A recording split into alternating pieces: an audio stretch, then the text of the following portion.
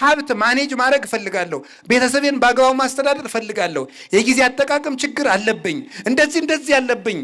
ይሄው ወተት እዚህ መጽሐፍ ቅዱስ የማይርባችሁ እንቅልፋችሁ የሚመጣ ፌስቡክ ስታዩ ግን የምታነጉ እስከ 10 ሰዓት፣ ቲክቶክ ከሆነ እንቅልፍ የማይወስዳችሁ፣ ፊልም ከሆነ እንቅልፍ የማይወስዳችሁ፣ የነፍሳችሁ ምግብ ሲመጣ ግን የሚሰለቻችሁ ከሆነ እናንተ ታማችኋል። በጊዜ ወደ ሐኪም ቤት ነው። እዚህ ነው ሐኪም ቤት። ግን ይሄ ሙሽራችሁ ክርስቶስ የጻፈላችሁ ደብዳቤ ነው። ይሄ እንዴት ይሰለቻችኋል? በቀላሉ ማልለዋወጥ ሰው መሆን ፈልጋለሁ። የመርከቡ ቀዛፊ መርከቡ ውስጥ አለመኖሩ መርከቢቱን እንደሚያሰጥማት ሁሉ የመምህር መታጣት እጅግ ክፉ ተግባር ነው። የብጥብጥና የመከራ ምንጩ የመምህር መታጣት ነው ይላል። ማነው እንደሚለው? ቅዱስ ዮሐንስ አፈወርቅ። ለምንድን ነው ስለ ወንጌል የምንጸልየው? ወንጌል ምናችን ስለ በስመ አብ ወወልድ ወመንፈስ ቅዱስ አሐዱ አምላክ። በስመ አብ ወወልድ ወመንፈስ ቅዱስ አሐዱ አምላክ። በስመ አብ ወወልድ ወመንፈስ ቅዱስ አሐዱ አምላክ። ይትባረክ እግዚአብሔር አምላከ አበዊነ ቅዱሳን ዘሰባሃ ምህረቶ በላዕሌነ። ምህረቱንና ቸርነቱን ይቅርታውን በሕይወታችን ላይ ያጸናልን የአባቶቻችን አምላክ እግዚአብሔር ስሙ የተመሰገነ ይሁን። የእናታችን የቅድስት ድንግል ማርያም የቅዱሳን መላእክት የቅዱሳን ነቢያት የሐዋርያት የሰማዕታት የጻድቃን ረድኤት አይለየን። የተከበሩ መላከ ብርሃን ፍስሐ ጥላሁን የባህር ዳር ሀገረ ስብከት ዋና ጸሐፊ፣ የተከበራችሁ ሊቃውንተ ቤተ ክርስቲያን፣ መምህራን፣ ካህናት፣ ዲያቆናት፣ የእግዚአብሔር ቤተሰቦች ሁላችሁ አንድ አምላክ በሚሆን በአብ በወልድ በመንፈስ ቅዱስ ስም እንደምን ዋላችሁ? እንደምን ሰነበታችሁ? እንደምን አመሻችሁ? ቸርነት ገንዘቡ የሆነ አምላካችን ቀን ጨምሮ ሰጥቶን ለዚህ ሰዓት ስላደረሰን በምህረቱ ቦታም ስለሰበሰበን ስሙ የተመሰገነ ይሁን። ካሁን በፊት ላስተማሩን ለሊቀ ሊቃውንት ስሙር አላምረው ቃለ ሕይወትን ያሰማልን። በቀሪ ጊዜያችን ደግሞ ሊያስተምረን ቅዱስ ፈቃዱ ይሁንልን። እንደ እግዚአብሔር ፈቃድ ባለን ጊዜ ሁላችሁንም ጠዋት ላልነበራችሁ እንኳን ለቅዱስ ጊዮርጊስ ወርሃዊ መታሰቢያ በዓል ለእመቤታችን 4ኛ የጽጌ ሰንበት እንኳን አደረሳችሁ። እንደ እግዚአብሔር ፈቃድ አንድ አጭር ርዕስ መርጠን እንማማራለን። ቅድም መምህሩ አስቀድመው ሲያስተምሩን እንደው ሃይማኖታችን እንድናውቅ የምናደርገውን ነገር አውቀን እንድንቀጥል አስተምረውን ነበርና እኔም ከዚያው ጋር የተያያዘ ማጠቃለያ የሚሆነንን ነገር እሳቸው ስለጀመሩልኝ በዛው ሄጄ ነው የምጨርሰውና በቀደም በዕለተ ዓርብ ሊቀ ሊቃውንት ስምዐኮነ መላክ አስተምረውናል። ሊቀ ሊቃውንት ስሙር ደግሞ ትናንትም ዛሬም አስተምረውናል። ስለዚህ እግዚአብሔር እንደፈቀደ የወደደውን ለነፍሳችን የሚበጀውን ነገር አስተምሮናል። ያስተማረን አምላክ ክብር ምስጋና ይግባው።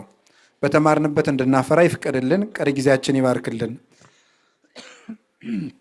ለዛሬ የመጨረሻ ርዕስ እንዲሆነን የመረጥኩት ጸልዩ በእንተ ወንጌል ቅዱስ በሚል ርዕስ ነው የምንማማረው። ስለ ቅዱስ ወንጌል ጸልዩ። እስኪ በሉ ሁላችሁም ተናገሩ። ግድ የላችሁም። እንደው አስከፋችኋለሁ ብዬ ነው እንጂ አለመናገራችሁን የሚተች የሆነ ነገር ልናገራችሁ ብዬ ተውኩት። ይሄ ትልቅ ስድብ እንደሆነ ታውቃላችሁ አይደል? እነግርህ ነበር ማለት በጣም ኃይለኛ ስድብ ነው።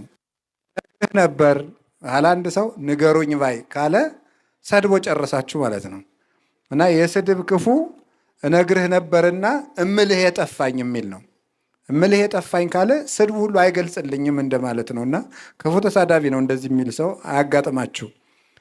እና እስኪ ስለ ቅዱስ ወንጌል ጸልዩ በሉ ሁላችሁ እስከ ዳር ያላችሁት ድጋሙ በደንብ አድርጋችሁ። ስለምንድን እነማን አሁን ዲያቆናት አሉ ለካ አሉ አይደለም? አሉ እና ላስብላቸው አንዱን ዲያቆን ትፈቅዳላችሁ? አዎ ይበሉት፣ በዜማ ይበሉት። እሺ እናንተ በጣም ግሩም። እሺ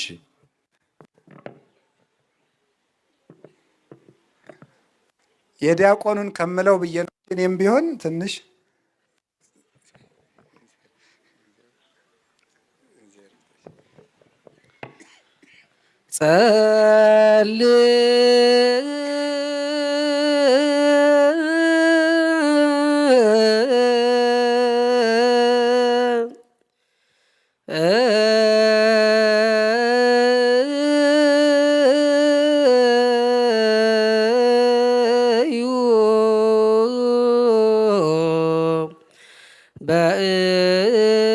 በእንተ ወንጌል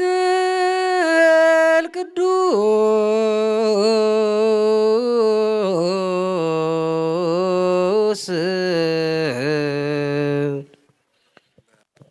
ደግሞ ተሰጥኦ እንቀበል እንጂ ታውቆ እልል አይደለም። እዚህ ውስጥ ይረስየ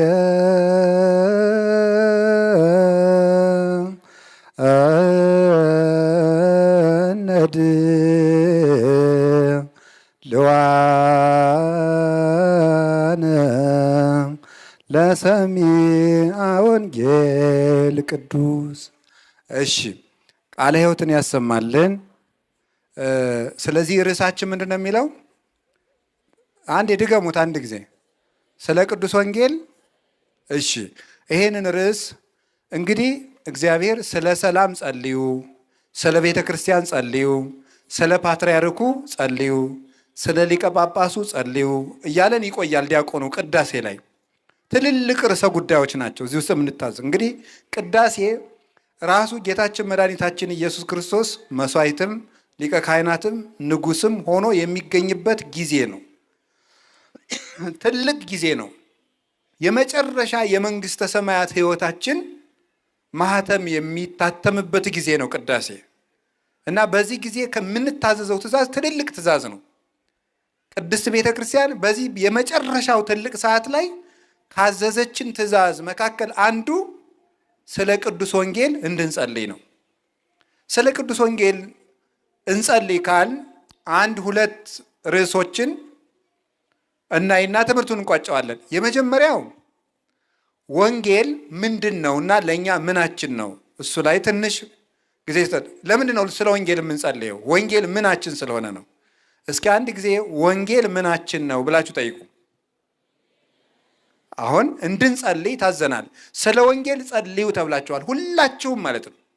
ሁላችሁም ወንድም ይሁን ሴትም ይሁን ነጋዴም ይሁን ምንም ይሁን ክርስቲያን እስከሆንክ ድረስ ኦርቶዶክስ እስከሆንክ ድረስ ስለ ወንጌል ልጸልይ ይገባል። ሽማግሌም ወጣት ሕፃንም ይሁን ምን ነጋዴም ሆንክ ስራ የሌለህም ብትሆን ስለ ወንጌል መጸለይ የአንድ ክርስቲያን አምላካዊ ትእዛዝና ግዴታው ነው። ስለዚህ ስለ ወንጌል እንድንጸልይ ወንጌል ምንድን ነው? ወንጌል አንደኛ የቃሉን ትርጉም ይዤ ትንሽ እነግራችኋለሁ። ሁለተኛ መሰረታዊ ሐሳቡን እነግራችኋለሁ። ወንጌል ማለት የግሪክ ቃል ነው። የግሪክ ቃል ነው ቃሉ። ወንጌል ማለት ብስራት ማለት ነው። ብስራት ማለት ነው። ስብከት ተብሎ ይተረጎማል። ስብከት ማለትም ብስራት ማለት ነው። ወይም በጎ ዜና ማለት ነው። በጎ ዜና፣ በጎ ወሬ ማለት ነው። ወሬ የሚለው ትንሽ ይቀላል። በጎ ዜና ማለት በግዕዝ በአማርኛ ሲመጣ ወሬ ማለት ነው። ዜና ማለት እሱ ነው። ስለዚህ በጎ ዜና፣ በጎ ነገር፣ በጎ ቃል፣ በጎ የምስራች ማለት ነው። የምስራች ማለት ነው። ወንጌል ማለት ቃሉ የምስራች ማለት ነው። ለምንድን ነው የምስራች የሚባለው? ወንጌል አሁን እዚህ ስትመጡ ምን ልታደርጉ ነው የመጣችሁት? ልትማሩ። ምን ልትማሩ? ወንጌል። ወንጌል ምንድን ነው? እስኪ የምስራች በሉ። የምስራች ልትሰሙ ነው የመጣችሁት። ጠዋትም ቤተክርስቲያን ስትሄዱ ጉባኤ ተዘጋጀም ሲባል የምትሰሙት የምትመጡት በየጊዜው የምስራች ልትሰሙ ነው። አሁን አንድ ሰው የምስራች ቢላችሁ ደስ ይላችኋል። ምን ሊያመጣልኝ ነው ይሄ ሰውዬ? ስራ አገኘ ሊላይ ነው ልትሉ ትችላላችሁ። አንዳንዱ ሰው እገሌ ሞተ እንዳትለይ ብቻ እና እንዳታስደስተኝ ሊልም ይችላል። አይታወቅም እኮ ሰው የመግደል ጥማት ያለው ሰው ማለት ነው። ብቻ ግን የምስራች የማይፈልግ ሰውነት የለም። እንግዲያውስ ትልቁ የምስራች ወንጌል ነው። ትልቁ የምስራች ወንጌል የሆነው ለምንድን ነው? አባቶቻችን በ3 በ4 ቃል ገልጸውታል። ይሄን የምስራች እንዲህ ብለው ሕዝብ ዘይነብር ውስተ ጽልመት ወጽላሎተ ሞት ብርሃን አብይ ሰረቀ ላይ ሊሆሙ። በጨለማ የሚኖር ሕዝብ ታላቅ ብርሃን አየ። በሉ አንድ ጊዜ ሁላችሁ። በጨለማ የሚኖር ሕዝብ ታላቅ ብርሃን አየ። ትልቁ የምስራች ይሄ ነው። እንግዲህ ሌላ አይደለም። በጨለማ የሚኖር ሕዝብ ታላቅ ብርሃን አየ። ምንድን ነው ይሄ? ይሄንን አባቶቻችን በትርጓሜ 4 5 አድርገው ተርጉመው የወንጌልን የምስራችነት ነግረውናል። አንደኛ በባርነት ለነበሩ ሰዎች ነፃነት ተሰጣቸው። እስኪ በሉ ሁላችሁ፣ ምን ተሰጣቸው? ነፃነት ተሰጣቸው። ይሄ አንድ የምስራች ወንጌል። አሃዊነ ወንጌል አስተዳለወ ለነ መድኃኒተ ይላል ቅዱስ አቡሊዲስ የሚባል የቤተ ክርስቲያን ሊቅ። ወንድሞቻችን ደስ ይበላችሁ፣ ወንጌል እኮ ድነትን አመጣልን ይላል። ስለዚህ ምንድነው የመጣልን? የመጀመሪያው በባርነት ለነበርነው ነፃነት ተሰጥቶናል። ምንድን ነበር ባርነታችን? አንደኛ ይገዛን ነበረ። እርግማን እማዳም እስከ ሙሴ እለሂ አበሱ ወእለሂ አበሱ ቀነዮሙ ሞት። ከአዳም እስከ ሙሴ ያሉትን የበደሉትንም ያልበደሉትንም ሞት ገዛቸው። ኩነኔ ኃጢአት መሃዱ ብእሲ ወፂያ ኩሉ ተቀስፈ ባቲ። ከአንድ ዛፍ በተቆረጠች ጨንገር ብዙ የከብት መንጋ እንዲነዳበት ከአዳም አባታችን በተገኘ እርግማን ሁላችን ስንገረፍ እንኖር ነበረ። ስለዚህ እርግማን ነበረብን። ያ እርግማን ምንድን ነው? ሙተን ፈርሰን በስብሰን እንድንቀር፣ ከዚያስ የዘላለም ሕይወት እንዳንኖርስ፣ ከዚያስ ዲያብሎስ እንዲቆራኘን፣ በግራጋንንት እንድንጠቀጠቅ፣ በሲኦል እንድንጣል፣ ሕይወት የሌለን ባሮች እንድንሆን ተፈርዶብን ነበር። አሁን አምላካችን መድኃኒታችን ኢየሱስ ክርስቶስ ለኦሪት ሕግ ተገዛና እሱ በተገዥ ሥጋ መጥቶ ወነሳ አርአያ ገብር የተገዥ የባሪያን መልክ ይዞ መጣ። በባሪያ መልክ መጣና እኛን ምን አደረገን? ነፃነት ሰጠን። እግዚአ ለኦሪት ቧ ውስተ ኦሪት ከመ ይሳየጦሙ ለእለ ውስተ ኦሪት። በኦሪት መርገም የተያዙትን ነፃ ሊያደርጋቸው የኦሪት አምላክ ሐጋጌ ሕግ ክርስቶስ ለኦሪት ተገዥ ሆነ፣ ፈጻሚ ሕግ ሆነ። የመጀመሪያው ጌታችን ኢየሱስ ክርስቶስ የሰጠን ነፃነት ነው። አሁን ማናችሁም ወንዶች በ40 ቀን ሴቶች በ80 ቀን ስትጠመቁና ስንጠመቅ ነፃነት ነው የሚሰጠን። እኔ የዲያብሎስ ባሪያ አይደለውም። እኔ የሲኦል ዜጋ ልጇ አይደለውም። የመንግስተ ሰማያት ባለተስፋ ነው። እኔ ስደተኛ አይደለውም። የመንግስተ ሰማያት ባለርስት ነኝ ነው የምንለው። መጀመሪያ ሕፃን ልጅ ቤተ ክርስቲያን ክርስትና ልናስነሳ ስንሄድ ሕፃኑን ልጅ ቄሱ መጀመሪያ ወደ ምዕራብ ያዞረዋል። ምዕራብ ጨለማ ነው፣ የዲያብሎስ ባሪያ ነበርክ እያለው ነው። ከዛ ሰይጣንን ካደው ይለዋል። ሕፃኑ አፉ ፈቶለት ስለማይናገር የክርስትና አባቱ እንዲህ ብሎ ይናገርለታል። እክህደከ ሰይጣን፣ ሰይጣን ሆይ እክህድሃለሁ፣ ሰይጣን ሆይ እክህድሃለሁ፣ ሰይጣን ሆይ እክህድሃለሁ፣ እኔ ያንተ ልጅ አይደለሁም ይላል። ወደ ምስራቅ ያዞረውና አምን ብከ ክርስቶስ አምላኬ፣ ጌታዬ ኢየሱስ ክርስቶስ ሆይ በአንተ አምናለሁ ሕግህንም እቀበላለሁ ያስብለዋል። ወኩሎ ሕገከ ወለኩሎም ቅዱሳኒከ፣ ሕግህን እቀበላለሁ ቅዱሳኖችንም አምናለሁ ያስብለዋል። አያችሁ፣ ሰይጣን ሆይ በቤተ ክርስቲያን ፊት ቆሜ እክድሃለሁ ምንለው የነፃነት ማህተም ስላለን ነው። ይሄ የመጣው በምንድን ነው? በወንጌል ነው። ወንጌል የምስራች ናት። የምስራች ሁላችሁ እንኳን ደስ ያላችሁ። በ40 ቀን በ80 ቀን ስትጠመቁ ምን ሆናችኋል? የዲያብሎስ ባሪያ አይደላችሁም። የሲኦል ልጅ አይደላችሁም። የእግዚአብሔር ባለሟሎች ናችሁ። ስደተኛ አይደላችሁም። የመንግስተ ሰማያት ዋጋ ተሰጥቷችኋል። ማረጋገጫ ልጅነታችን። ኢኮንክሙ ነግደ ወፈላሴ፣ እናንተ እንግዲህ ስደተኛ አይደላችሁም። አላ ሰብአ ሀገሪቶሙ ለቅዱሳን አንትሙ፣ እናንተ የቅዱሳን አባቶቻችን ባላገሮች ባለርስቶች ናችሁ ብሎ ቅዱስ ጳውሎስ እንደነገረን የመጀመሪያው መድኃኔ ዓለም የሰጠን ነፃነት ነው። እንግዲህ ለነጻነት ተጠርታችኋል። እስመ ለግዛን ተጸዋይክሙ፣ ለነጻነት ተጠርታችኋል። ኢትሁሩ እንከ ውስተ ሐሩተ ቅኔ፣ እንግዲህ ወደ ባርነት ቀንበር አትሂዱ አለን ቅዱስ ጳውሎስ ገላትያ ምዕራፍ 5 ላይ ሲነግረን፣ ለነጻነት ተጠርታችኋልና ወደ ባርነት አትሂዱ። የመጀመሪያው ከሞትና ከዲያብሎስ ከኃጢአት ባርነት ክርስቶስ ነፃ አውጥቶናል።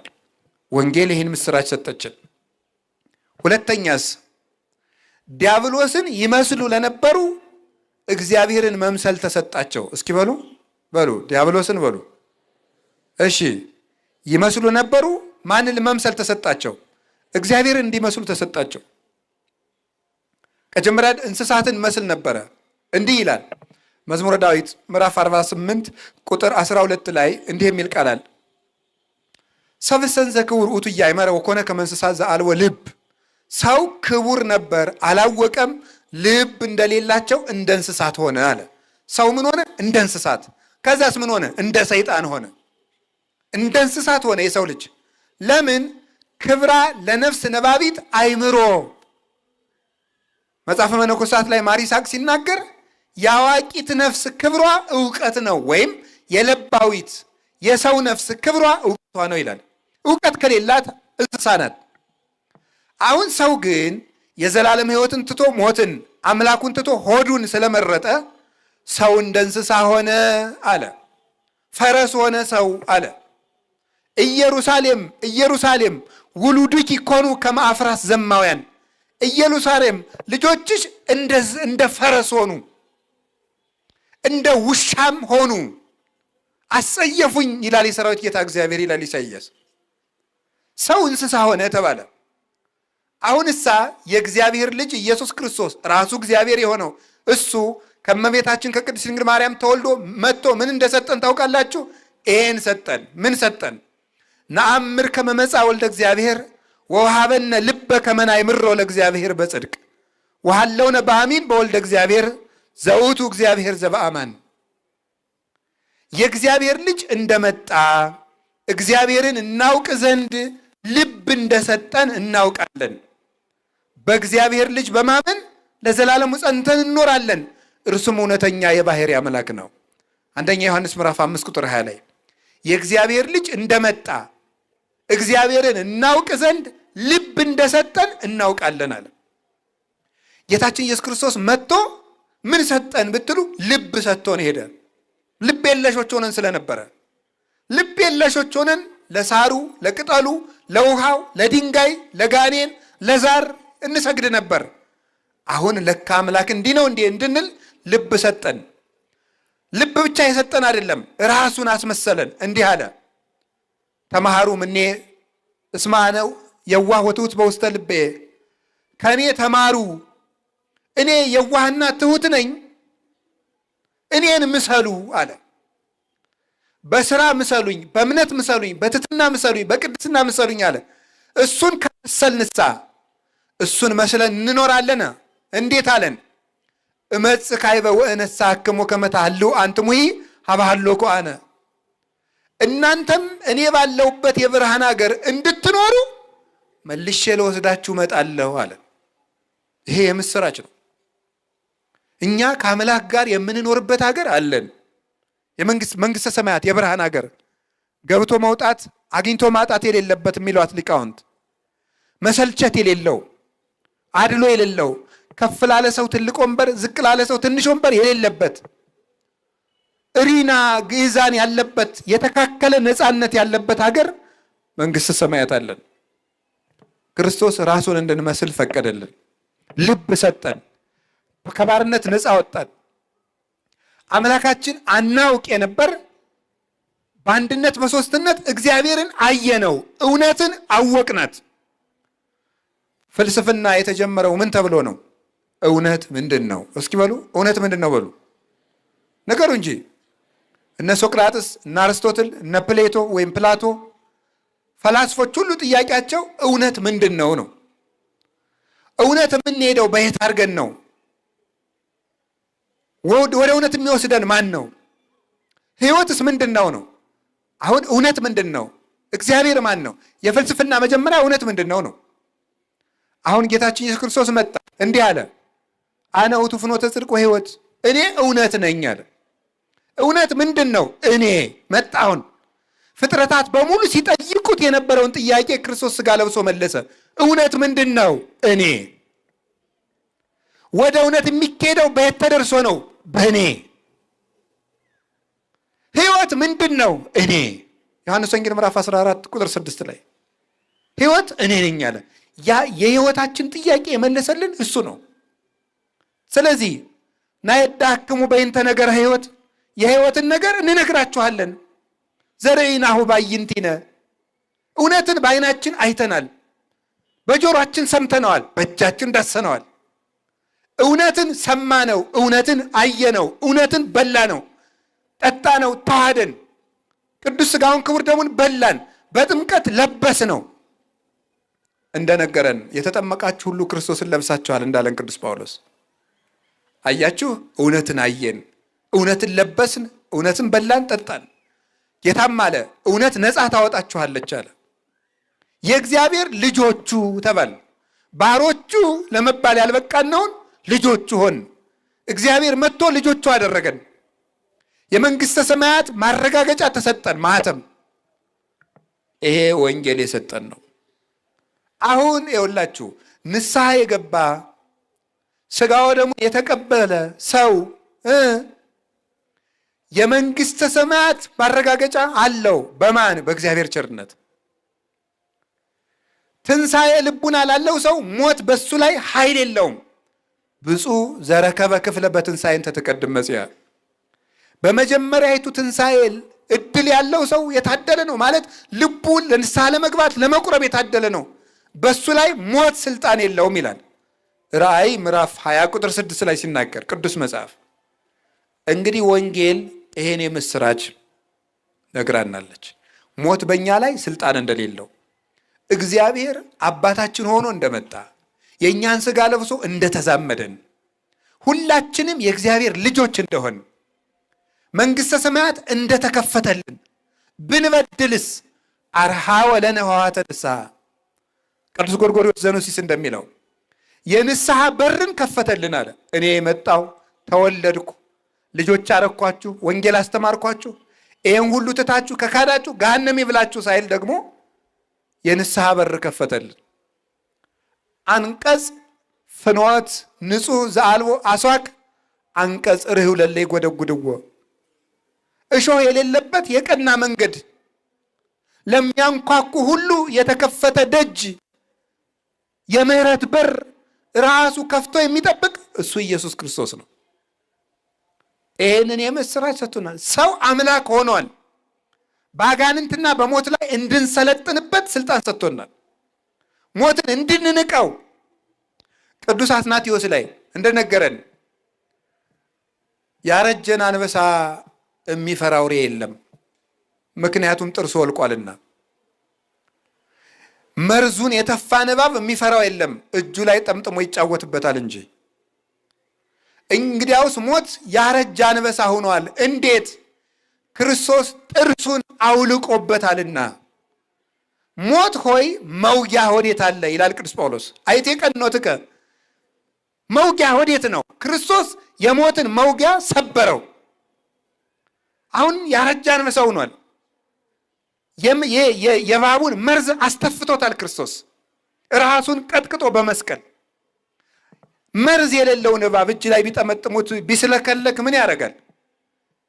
ጌታችን ኢየሱስ ክርስቶስ የእባቡን መርዝ አስተፍቶ ሞትን እንዳረጀ አንበሳ ጥርሱን አውልቆ እኛ ነክሶ ማስቀረት እንዳይችል የትንሣኤ ልጆች አድርጎ ሰጥቶናል በቅዱስ ሥጋው በክቡር ደሙ። ወንጌል ይሏችኋል። ይሄ የምስራች ነው። ይሄን መስማት እንደሚሰለቻት ነፍስ ያለች በሽተኛ የለም። ቅዱስ ዮሐንስ አፈወርቅ ምን ይላል? እንደሚናገረው ነው። አንድ ሰው ታሞ መዳኑን የምናውቀው ምግብ ስጡኝ ሲል ነው አይደለም? ቆሎ እንስጥህ፣ አይ ይመረኛል። ዳቦ እንስጥህ፣ አይ ይመረኛል። ማር እንስጥህ፣ ይመረኛል። ጎበዝ፣ ይሄ ሰውዬ ታሟል። ከዛ ስንቸገር እንደው ምን እናምጣለን? ምንም። ከዛ ወለሰ ቆሎ እንስጥህ እስቲ ልሞክረው ካለ ተመስገን ተመስገን እየተሻለው ነው፣ ሊቆረጥም ነው እናቴ። አሁን ይሁላችሁ ረሃብ የጤነኛነት ምልክት ነው። የጤነኛነት ምልክት ነው። ከራበ ጤነኛ ነህ ማለት ነው። ተመስገን ነው። አዎ የማጣትም ምልክት ነው እንዳትሉ። ከጤና ጋር ነው ማውጋት። አሁን ከድህነት ጋር አታውጉ። ጤና ጋር ነው። አሁን ርዕሱ ኮንተንቱ ጤና ነው። አንድ ሰው ከራበው ጤነኛ ነው። እምቢ የሚል ከሆነ አሞታል። ጎበዝ ቃለ እግዚአብሔር የማይርባችሁ ከሆነ ታማችኋል ማለት ነው። መጽሐፍ ቅዱስ የማይርባችሁ እንቅልፋችሁ የሚመጣ ፌስቡክ ስታዩ ግን የምታነጉ እስከ 10 ሰዓት፣ ቲክቶክ ከሆነ እንቅልፍ የማይወስዳችሁ፣ ፊልም ከሆነ እንቅልፍ የማይወስዳችሁ፣ የነፍሳችሁ ምግብ ሲመጣ ግን የሚሰለቻችሁ ከሆነ እናንተ ታማችኋል። በጊዜ ወደ ሐኪም ቤት ነው። እዚህ ነው ሐኪም ቤቱ፣ ቤተ ክርስቲያን። ጸልዩ እኮ ያለ እንደዚህ እኮ ነው። ቃለ እግዚአብሔር አልርባችሁ ካለ ታማችኋልና፣ እረ ጌታ ሆይ፣ እረ አይምሮዬን ጤና አድርገው፣ እረ ቃልህ እንዲርባው አድርገህ ብላችሁ ጸልዩ ማለት እኮ ነው። የምንጸልየው ለዚህ እኮ ነው። ይሄ ምስራች እኮ ነው። እንዴት ይሄ ይሰለቸዋል ሰው? እግዚአብሔር ያሳያችሁ፣ ክርስቶስ ያመልክታችሁ። አሁን አንድ የተጫጩ ሰዎች ምንድን ነው የሚባሉ? በዚህ ዘመን የተጫጩ ምንድን ነው የሚባለው? ምንድን ነው የሚባለው? ወንድና ሲተጫጩ በሉት እንጂ እጮኛ ደግሞ ሌላ ስም አለው። በቃ እሺ። አሁን አንድ የምትወጂው እጮኛሽ ልበል፣ ለልጆቹ ነው። ትልልቆቹ ያገባችሁት ደግሞ ድሮ እያላችሁ አስቡ።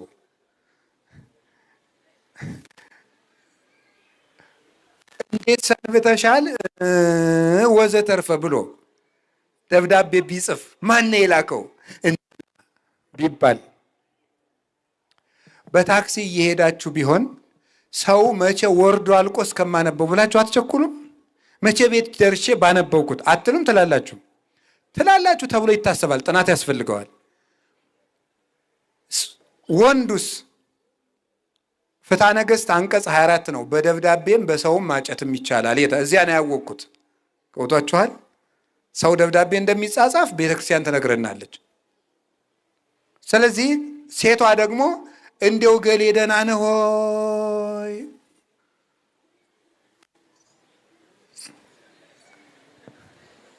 ምንድን ነው የምትስቁት? ታውቁት ይሄን እኔ እንደዚህ ነው ያልኩኝ። ምንም ያልኩት ነገር የለም። እንደው እኮ ታምር ነው እኮ። አይ እናቴ እድለኛ ርዕስ ነው እኮ ይሄ እኮ። እስካሁን ፍግግ አላላችሁልኝም እኮ። ባደርግ ብሰራችሁ እቺ ስትመጣ ተፍነከነካችሁ እንደ ቆሎ። ደህና ነው እንደ ፈንዲሻ። እሺ ወደ ጉዳያችን ጎበዝ፣ እየመሸ ነው። ታዲያ ደህና ነህ ሆይ ብላ ስጽፍለት ደስ ይለዋል።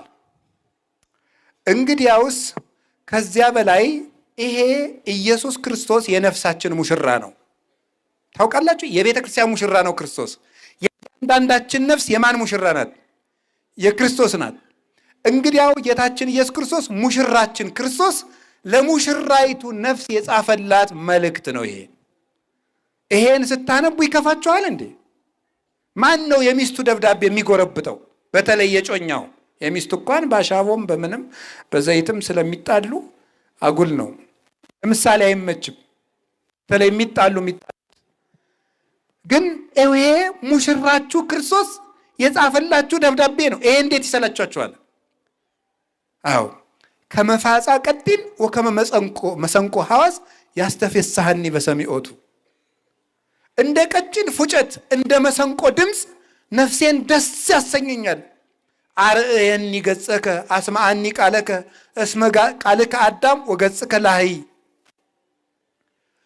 ክርስቶስ ሆይ ትላለች ነፍስ መኃልየ ዘሰሎሞን ምዕራፍ 2 ላይ እባክህ ቃልህን አሰማኝ፣ መልክህንም አሳየኝ። ቃልህ ያማረ ነው፣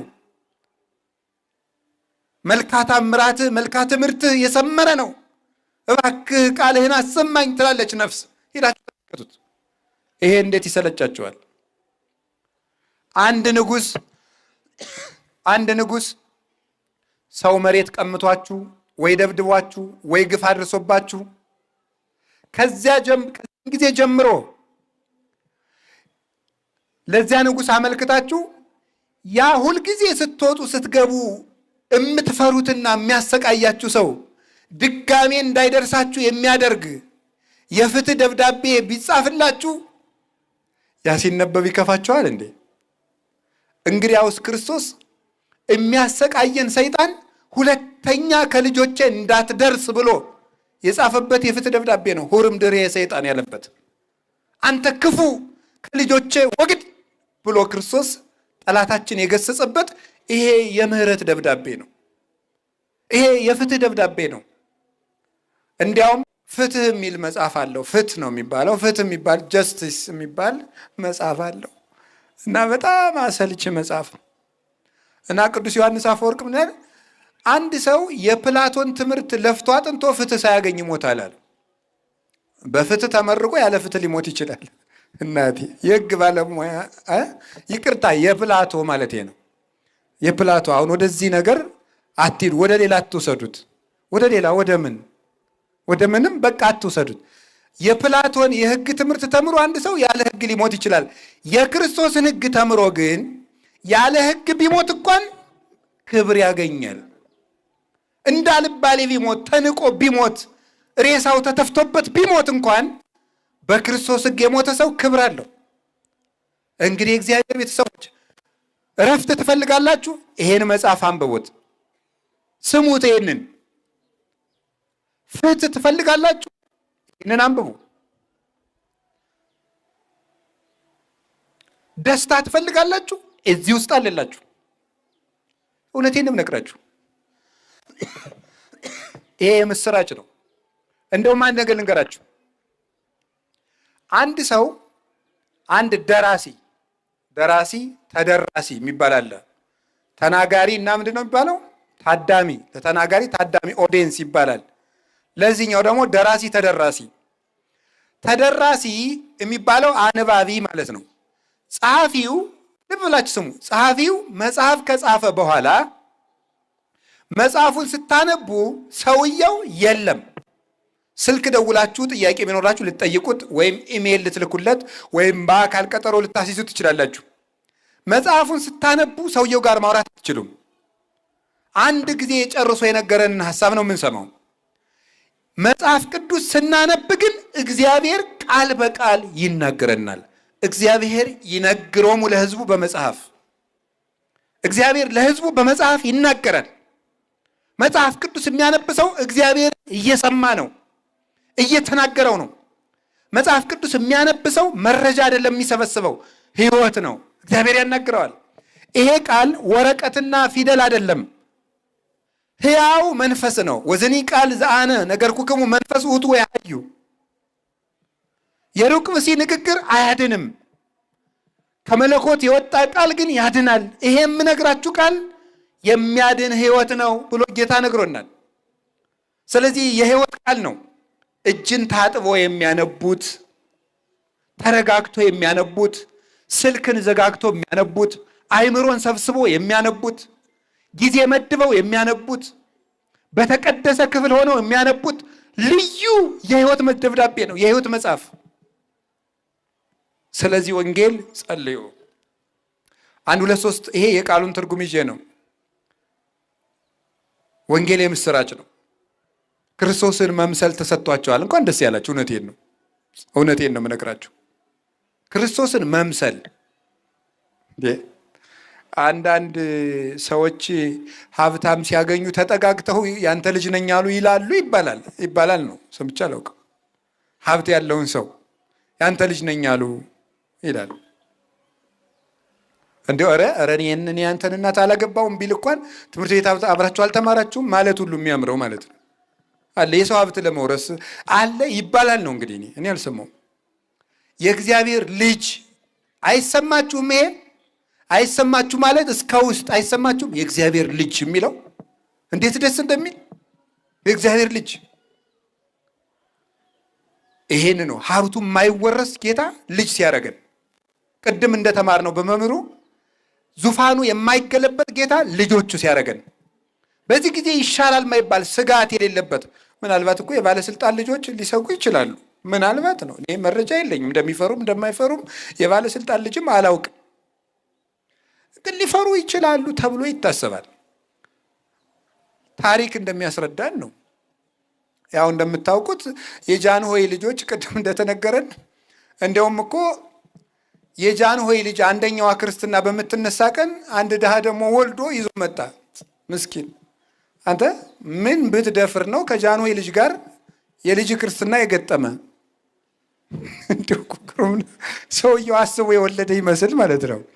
እና በሌላ ቀን ይቀየር ይለወጥ ተብሎ ተወስኖ ልብ በሉ። ኋላ ግን ጃንሆይ ሩሩህ ስለሆኑ ተውት ይነሳ ብለው እቴጌ መነንን አስፈቅደው አብሮ ተነስቶ እንዲያውም ልብስ ሁሉ ተሰፍቶ፣ ምክንያቱም በአንድ በኩል ራርተው ሊሆን ይችላል፣ በአንድ በኩል የእሳቸው ልጅ አነስ ያለ ልብስ ከለበሰ ሰው ጋር እንዳይነሳ የሚሆን ይሄ ጥናት ያስፈልገዋል። ተጠንቶም አይታወቅም ልብ ስለሆነ እግዚአብሔር ያውቀዋል። አንዳንድ ድሃ እንደዚህ ይገጥመዋል። ገጥሟት ያች ልጅ በደንብ አምሮባት ተነሳች። አያችሁ ጎበዝ፣ የጃንሆይ ልጅ እንኳን ክርስትና በሚነሳበት ቀን ክርስትና መነሳት ችግር እስኪሆን ድረስ ታስቦ ነበር። የነገስታት ልጆች ግን ስጋት አለባቸው። በኋላ ተሰደው ነው የሄዱት። ጓዛቸውን ጠቅልለው አካሄዳቸውም በብዙ መከራ ነው። በኬንያ ተደርጎ በምን ተደርጎ በአፋር እንደዚህ ተነርቶ መኪና ስንት 24 ሰዓት ተነርቶ እዚያ ኬንያ አውሮፕላን መጥቶ ተቀብሏቸው የእንግሊዝ አውሮፕላን ምን ተብሎ ነው በታሪክ ተጽፎ እንደሰማ ነው። የእግዚአብሔር ልጅ ግን ማን ያሰጋዋል? ማንም። ለምን? በእግዚአብሔር መንግስት ላይ ባላንጣ ስለሌለበት፣ ተበላላጭ ስለሌለበት፣ ተፎካካሪ ስለሌለው፣ ገልባጭ ስለሌለው እና የዚህ ንጉሥ ልጅ መሆናችን የምንሰማበት አዋጅ እኮ ነው። ሰምታችኋል? አሁን ተፎካካሪ ልጆቹ ናችሁ። የወራሽነት መብት በፍርድ ቤት ስትሟገቱ ሰንብታችሁ ይሄው የወራሽነት መብቴ ደብዳቤውን አይተዋል ነው የምትሉት። ይሄኛውን የወራሽነት መብት ግን ይዛችሁት አትዞሩም። ምን አይነት ምስኪኖች ነን! የሰማይ ሀገር የምትወርስበትን የወራሽነት አዋጅ ጥለህ ትዞራለህ እንዴ? ይህ እኮ የሰማይ መንግስት የምንወርስበት የውርስ መጽሐፋችን ነው። ይሄ ነው ለኛ የተሰጠን ወንጌል። ቀጥሎ አንድ ሁለት ነገር ጨምራችሁ፣ ወንጌል ለመዳን የሚያሳድገን ወተት ነው። እስኪ በሉ ሁላችሁ ወንጌል በሉ። ለመዳን የሚያሳድገን ምንድን ነው? ወተት ነው። ለምን የሚያሳድገን? በዚህ ምድር ለመኖር በእናትህ ወተት ታድጋለህ። በዚህ ምድር ለመኖር የእናቱን ወተት እንግዲህ ተብሏል። የእናቱን ወተት በአግባቡ ያልጠባለች ምን አይነት ልጅ ነው የሚሆነው? ጅላጅል ነው፣ ብቻ ጉልበት የለውም። 10 ጊዜ ጉንፋን ይዞኝ ምናምን የሚነፋነፍ ሰው ሲታሰብ በአግባቡ ያልጠባ ልጅ ሊሆን ይችላል ተብሎ ይታሰባል ነው። ይሄም ጥናት ያስፈልገዋል። ግን ሐኪሞቹ የእናት ጡት ወሳኝ ነገር ነው ብለው ነግረውናል። እና እንደው ያንዳንድ ይሄ በደንብ በተለይ እስከ 5 ዓመት ይጠባ ነበር ድሮ ነው። ዛሬ እናቶችም ሰልፊሽ አይደሉም። ብቻ ግን አስቸጋሪ ነው። እንደ ድሮም ምግብ የለም። እሺ ቅቤም አረም ስለሌለ አይፈረድም። እናቶች አይፈረድም። ድሮ ግን እናቶቻችን ውሃ ሂደው እንኳን ውሃ ቀርተው መጥተው እስከሚያወርዱት ቸኩለን ተጎንብሰው እንጠባ ነበረ። ተጎንብሰው ያጠቡናል እስከሚያወርዱት እምቢ ብለን ምን ይላል አንዳንዱ ጨው ይላል፣ አንዳንዱ ምን ይላል እንደዚህ እስከሚል ይጠባ ነበር። አላ እንደዚህ ያለው ልጅ በኩርኩም ስትመቱት ቀጭ ነው የሚል ራሱ። ይሄ ያልጠባው ግን እንደ ዱባ እንደዚያ ነው የሚለው ማለት ነው። ይሄ ያልጠባው ነው፣ ይሄ ዝም ብሎ እንደዚያ ያለው ማለት ነው። እና የእናትህን ጡት በአግባቡ አጠባም ኑሯል አይባል ነገር። ልጁ ያን ጊዜ ልጅ ነው። ወደ ጉዳያችን እንምጣና አያችሁ፣ የጠባው ልጅ ጠንካራ ነው።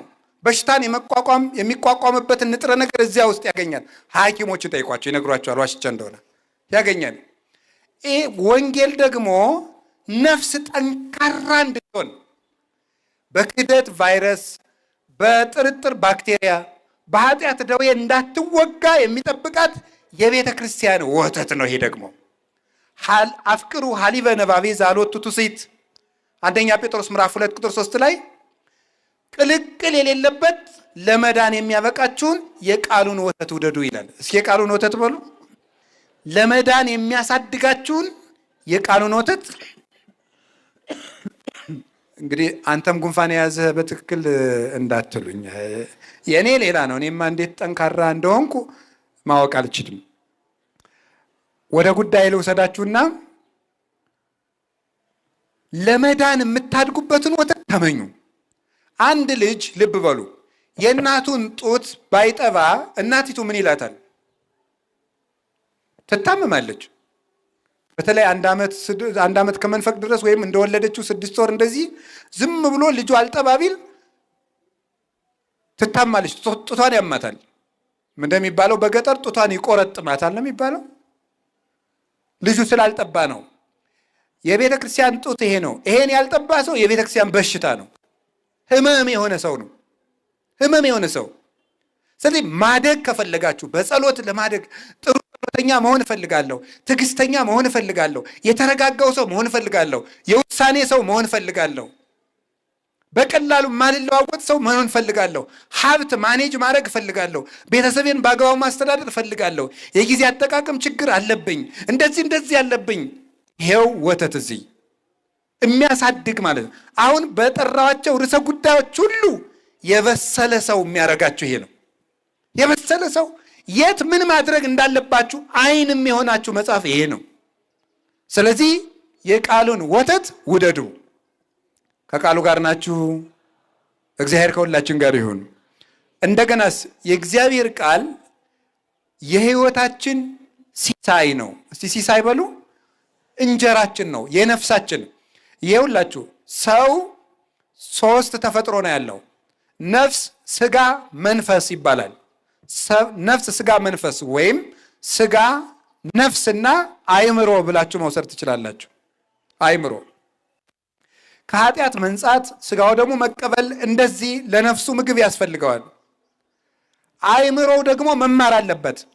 አሁን እናንተ የሁላችሁ እግዚአብሔር ያሳያችሁ። ሰው ማለት በሉ፣ አንድ ጊዜ በሉ፣ ሰው ማለት በሉ፣ ስጋ በሉ፣ እሺ፣ ነፍስ እና ምንድን ነው መንፈስ በሉ እንጂ መንፈስ። አሁን እናንተ ስለዚህ እስቲ ምን ማለት ነው ያላችሁኝ? የረስቸው እኮ ነው። ምን ማለት አንዴ በሉ ሁላችሁ፣ ሰው ማለት በሉ እስኪ አንድ ጊዜ ሰው ማለት በሉ። ስጋ ነፍስና ምንድን ነው መንፈስ። በጣም ጥሩ። ጠዋት ቁርስ ትበላለህ፣ 6 ሰዓት ምሳ ትበላለህ፣ ማታ እራት ትበላለህ። ጠዋትም ሆነ ማታም ሆነ ሁለተኛ ቀን ማክሰኞ ቁርስ ትበላለህ፣ ምሳ ትበላለህ፣ እራት ትበላለህ። ጠዋትም ሆነ ማታም ሆነ ሶስተኛ ቀን እያልክ ሳምንት ሞላ። ሰውየው ምንድነህ? በሬ። ለምን እንዴ? ሰው ከሆንክ ምንድነህ ብያችኋለሁ። ነፍስ በሉ እስኪ። ስጋና ምንድን መንፈስ። አሁን እሳ ሰኞ ቁርስህን በላ፣ ጥሩ። ከዛስ መጀመሪያ ጸለይክ፣ ጥሩ። ከዛ ቁርስህን በላ፣ በጣም ጥሩ። እሺ መጽሐፍ ቅዱስ አነበብክ፣ በጣም ጥሩ። አሁን ምን ሆንክ ማለት ነው? ሰው። ጸለይክ፣ ለነፍስ ድነት ጸለይክላት። መጽሐፍ ቅዱስ አነበብክ፣ ለአእምሮህ አነበብክ። ከዛስ እንጀራም በላ፣ ሰው ሆንክ ማለት ነው። ሰው ተብላችሁ ለመጠራት እንኳን ለነፍሳችሁ ምግብ ይሄን ማንበብ አለባችሁ። ሐኪሞቹ በጣም ባላንስ ዴት ነው የሚሉት። ምንድን ነው የሚባለው? የተመጣጠነ። እስኪ በሉ አንድ ጊዜ። አይ እናቶች፣ የተመጣጠነ ምግብ ምንድን ነው? ቫይታሚን፣ ፕሮቲን፣ ካርቦሃይድሬት ምናምን እትስ። ይሄ አንድ ምግብ ነው የሚባለው። የተመጣጠነ ምግብ አይደለም። ይሄ ስጋ ብቻ ነው። ነፍሱስ መንፈሱስ? አንዳንድ ሰው ከሚስቱ ጋር ሲጣላ፣ ሚስቱ ስትጨቃጨቀው፣ በተለይ እንደ ሀብታም ያለው አሉ ነው እንግዲህ አሉ ነው። ያው ምዕመናን እየመጡ ነው ይህንን ነገር በጆሮአችን የሚያቀብሉን እንጂ እኛ አናውቅም። አንቺ ሴትዮ አላበዛሽውም? መኪና ሄው፣ ቤት ሄው፣ የምትበይው አልቸገረሽ ይላል። ይኸው ምንድን ይፈልግ? ባዶሽን መጥተሽ መኪና አስነዳውሽ እንትን አለሽ፣ ከሰው የበለጠ ታስፈጫለሽ፣ ምን አንተስ ምናምን ይላል። ሰው ወንድሜ መኪና ብቻ አይደለም የሚፈልገው። ሰው መኪና ብቻ አይደለም፣ ምን ይፈልጋል? አእምሮ፣ ሰላም ይፈልጋል። የሰው ምግቡ እንጀራ ብቻ አይደለም፣ ሰላም ምግቡ ነው፣ ደስታ ምግቡ ነው፣ ፍቅር ምግቡ ነው፣ ትህትና ምግቡ ነው። ሰው ነፍስ ጭምር ነው። ጥሩ ቤት ብቻ ሰላም አይደለም። ጥሩ መኪና ብቻ ኑሮ አይደለም። ጥሩ ልብስ ብቻ ኑሮ አይደለም። ጥሩ ከተማ መኖር ኑሮ አይደለም። ኑሮ ማለት ነፍስ ስጋና መንፈስ አንድ ሲሆኑ ነው። ስጋው ደግሞ ስንቀበል ቄሱ ምን እንደሚለን ታውቃላችሁ? ስጋው ለአማኑኤል አምላክነ ዘነሥኦ እምግዝእተ ኩልነ ለቀድሶተ ስጋ ወነፍስ ወመንፈስ። አማኑኤል ከድንግል ማርያም ነስቶ የተዋሃደው ስጋን፣ ነፍስን፣ መንፈስን የሚቀድስ ስጋውን ነው ይላል። ስጋን፣ ነፍስን፣ መንፈስን የሚቀድስ። ስለዚህ ወገኖች እስመ ቃለ እግዚአብሔር ሲሳይ ዘበአማን ውእቱ ሲሲታ ለነፍስ ቃላቲሁ ለእግዚአብሔር። የእግዚአብሔር ቃል እውነተኛ ምግብ ነው። የነፍስ ምግቧም የእግዚአብሔር ቃል ነው። ሰው በልቶ ጠጥቶ ለምንድን ነው ሰላም የሚያጣው? ሰው ጥሩ አልጋ ላይ እየተኛ ጥሩ ቤት ውስጥ እየኖረ ጥሩ መኪና እየነዳ ጥሩ ደሞዝ እየተከፈለው ለምን ሰላም የለውም? የነፍሱ ምግብ የለማ፣ የመንፈሱ ምግብ የለማ፣ የስጋ ብቻ ነው ያለው። ስለዚህ እግዚአብሔር ሰዎች ጌታ ምን አለ? ዮሐንስ ወንጌል ምዕራፍ 4 ቁጥር 5 ላይ አኮ በህብስት ክመ ዘይሃዩ ሰብ አላ በኩሉ ቃል ዘይወፅእ እምአፉሁ ለእግዚአብሔር። ሰው በእንጀራ ብቻ አይኖርም ከእግዚአብሔር ቃል በሚወጣ ከእግዚአብሔር አፍ በሚወጣ ቃል እንጂ። የእግዚአብሔር ቃል የህይወት እንጀራ ነው። በመጨረሻም ስለ ወንጌል ማንነት ነውና መጨረሻ ላይ ስለ ወንጌል ጸልዩ የሚለውን ትንሽ እናገርና ጨርሳለሁ። በመጨረሻ ስለ ወንጌል ምንነት ስነግራችሁ የእግዚአብሔር ቃል የመንገዳችን ብርሃን ነው። እስኪ በሉ ሁላችሁ በሉ። የመንገዳችን ምንድን ነው ብሉ እንጂ። የመንገዳችን ምን ብርሃን ነው። ምን ማለት ይመስላችኋል? ሰው መንገድ ሲሄድ ቢጨልምበት መንገድ ላይ ግራና ቀኝ መንገድ ቢገጥመው መንገዱ የትኛው እንደሆነ ለመለየት ምን ያስፈልገዋል? ብርሃን ወይም ባትሪ ያስፈልገዋል። የሰው ልጅ ህይወት ምንድን ነው? መንገድ ነው። ሰው መንገደኛ ነው። ወደ የት ነው የሚሄደው? ወደ መንግስተ ሰማያት። መንገደኛ ነው። አንድ ቀን ስታድሩ ወደ ሞት አንድ እርምጃ እየቀረባችሁ ነው ማለት ነው። 2 ቀን ስናቅርብ ሌላ እርምጃ ነው። 3 ቀን ስናድር ሌላ እርምጃ ነው። ዓመት ሲሞላ ሌላ ከፍ ያለ ሩጫ ነው። ወደ ሞት እየቀረብን ነው የምንሄደው። መንገደኛ ነው ሰው። ስለዚህ ውሎ አዳራችን ዓመታትና ወራቱ እርምጃዎች ናቸው እና ወደዛ ስንሄድ ልብ በሉ መሀል ላይ መንገድ የሚሄድ ሰው ሲመሽበት ብርሃን ያስፈልገዋል። ማለት የሰው ልጅ በዚች ምድር ላይ ሲኖር አንድ ትልቅ ፈተና አለበት። እሱ ምን ይባላል? ኮንፊውዥን ይባላል። ምን ማለት ነው? ግራ መጋባት ማለት ነው። ግራ መጋባት የሰው ልጆች የየቀን ፈተና ነው። ይሄን ላድርግ፣ ይሄን ላድርግ። ሌላው ቀርቶ አንዳንዱ ላግባ ለመንኩስ ብሎ ግራ ይጋባል። እንደው ቀለል ስናደርገው የትኛውን ሸሚዝ ልልበስ እንኳን የሚለው ፈተና የሚሆንበት ሰው አለ። ላለው ሰው ነው። እንደዚህም ፈተና ነው እኮ። ግራ መጋባት የሰው ልጆች የየደቂቃ ፈተናቸው ነው። ልናገረው፣ ዝም ልበለው፣ ልሄድ፣ ልቅር፣ ልብላ፣ ልቆይ፣ እያንዳንዱ አጠቃቅን ነገር የሰው ልጅ በግራ መጋባት የተሞላ ነው። ግራ ሲገባው የሰው ልጅ ምን ያድርግ ሲባል መንታ መንገድ ላይ በጨለማ ደርሶ ቆሞ ግራ ለገባው ሰው ባትሪ ቦክ ስታደርጉለት አፈፍ ብሎ መንገዱን መርጦ እንደሚሄደው ሁሉ ግራ በገባን ቁጥር የእግዚአብሔር ቃል የምናነብ ከሆነ ለውሳኔ ብርሃን ሆኖ ቦግ ይላል። ስለዚህ ቅዱስ ዳዊት ምን አለ? ኖን ማይቶት ለእግሬ ሕግከ ብርሃን ለፍኖትየ። ሕግህ ለእግሬ መብራት ለመንገዴም ብርሃን ነው። እስኪ በሉላችሁ ሕግህ በሉ። ለእግሬ መብራት ለመንገዴ ምንድን ነው? ብርሃን ነው። ምን ማድረግ እንዳለባችሁ በእያንዳንዱ ርዕሰ ጉዳይ ላይ ከሰው ጋር ለመኖር፣ ጓደኛ ለመሆን፣ ዝምታ ለመምረጥ፣ መቼ ለመናገር፣ መቼ ዝም ለማለት፣ ለመነገድ፣ ላለመነገድ፣ ሹመትን ለመተው፣ ለመሾም፣ ለእያንዳንዱ ነገር መጽሐፍ ቅዱስ ላይ አለላችሁ። እንዲህ ያለ ብርሃን ነው። እንግዲህ ለዚህ ወንጌል እንጸልይ። እሺ ወንጌል ይሄ ነው አልኳችሁ። በስሱ ነገርኳችሁ። ወንጌል ይሄ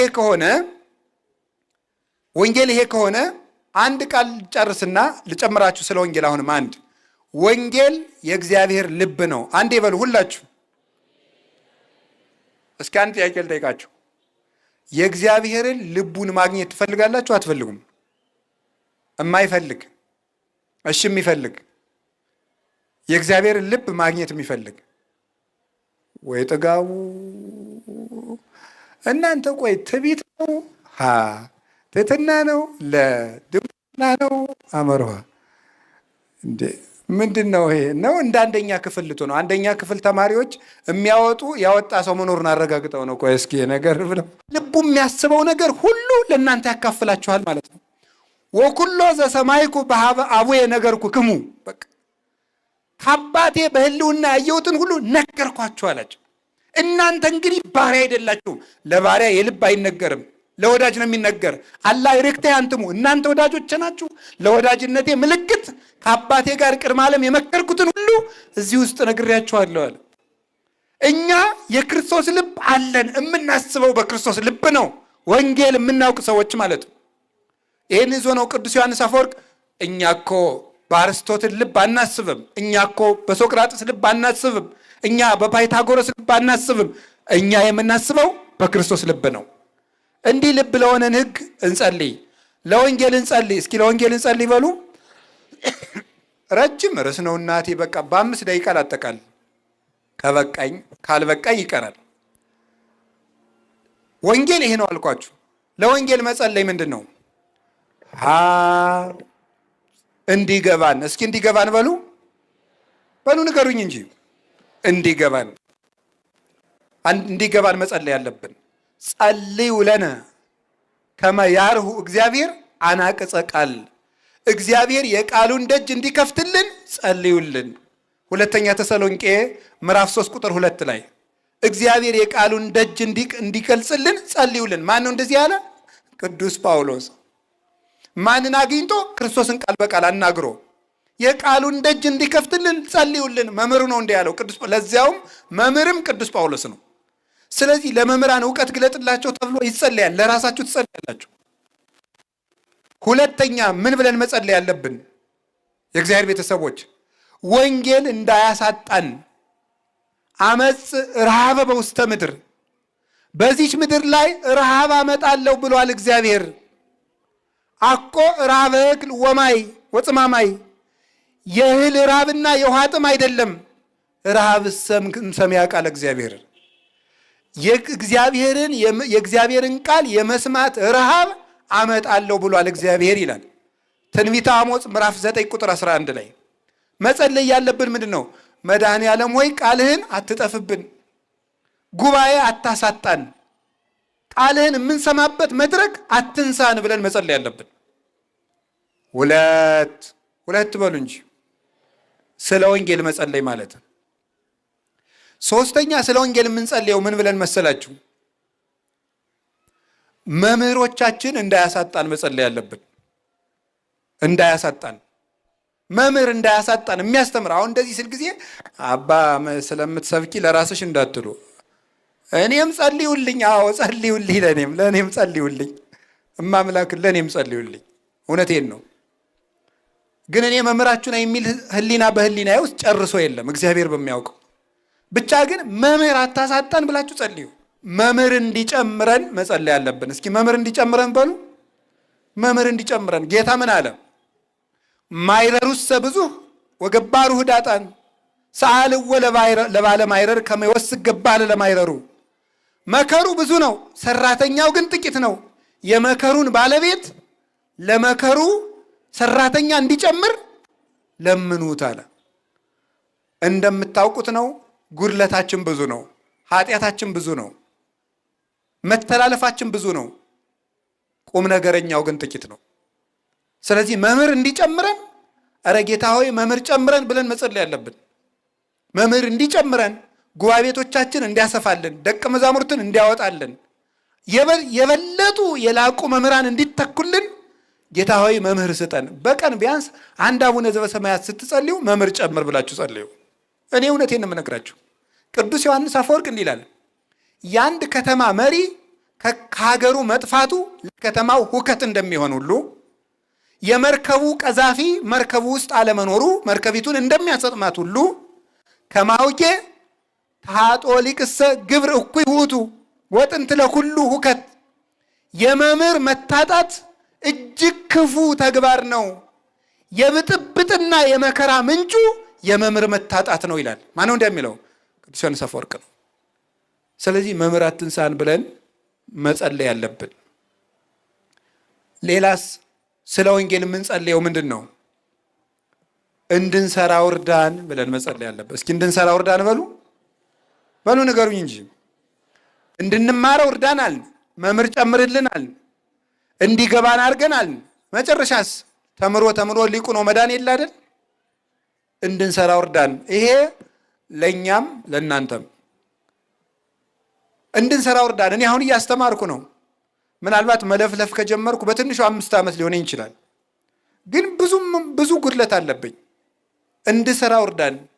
ንስማ ወንግበር ቃለ ወንጌል ከቅዱስ በጸሎቶሙ ለቅዱሳን።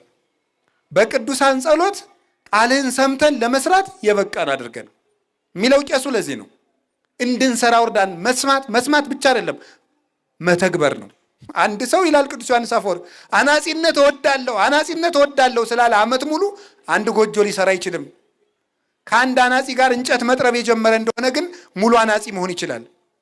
ስለፈለጉ ብቻ የፈለጉትን ነገር መሆን አይቻልም። አኮ በአጽሞ ዘትጸድቁ አላ በገቢሮቱ በመስማት ብቻ አትድኑም በመስራታችሁ ነው እንጂ ብሏል ሮሜ ምዕራፍ 2 ቁጥር 13 ላይ። ስለዚህ እንድንሰራው እርዳን። የመጨረሻው ግን ይሄ ለሁላችንም ነው። የእግዚአብሔር ቃል ጸልዩ ለነ ከመ ይሩጽ ቃለ እግዚአብሔር፣ ቃለ እግዚአብሔር ፈጥኖ ለሁሉ እንዲደርስ ጸልዩልን። ይሄ ለኛ ነው። የቀድሞ ለእናንተም ለኛም ነው። አሁን ደግሞ ለኛ ለመምህራኑ እንጸልዩ እዚህ ለቆም ነው። የእግዚአብሔር ቃል ፈጥኖ ለሁሉ እንዲደርስ። ይሄን ደግሞ ምን አለ ደግሞ ከመንዳን ማበሰብ እኮያን ወንጌል ስንናገር ከሚያሳድዱን ከክፉ ሰዎች እንድንድን ጸልዩልን ብሏል። አንደኛው የእግዚአብሔር ቃል ፈጥኖ ለሁሉ እንዲደርስ፣ ሁለተኛው ደግሞ ይሄን ስንናገር ከሚያጠምዱን ሰዎች እንዲሰውረን ጸልዩልን ብሏል። አንዱ ሊቅ ደግሞ የተናገረውን ልናገርና ልጨርስ። ጸልዩ ለነ በይንተ ድካምነ ከመ ያጽንዐነ እግዚአብሔር በአብይ ሳይሉ በርትዕት ሃይማኖት። እግዚአብሔር በጸናች በቀናች ሃይማኖት በብዙ ቸርነቱ እንዲያጸናን ስለ ድካማችን ጸልዩልን። ወስብሐት ለእግዚአብሔር። ይቆይ።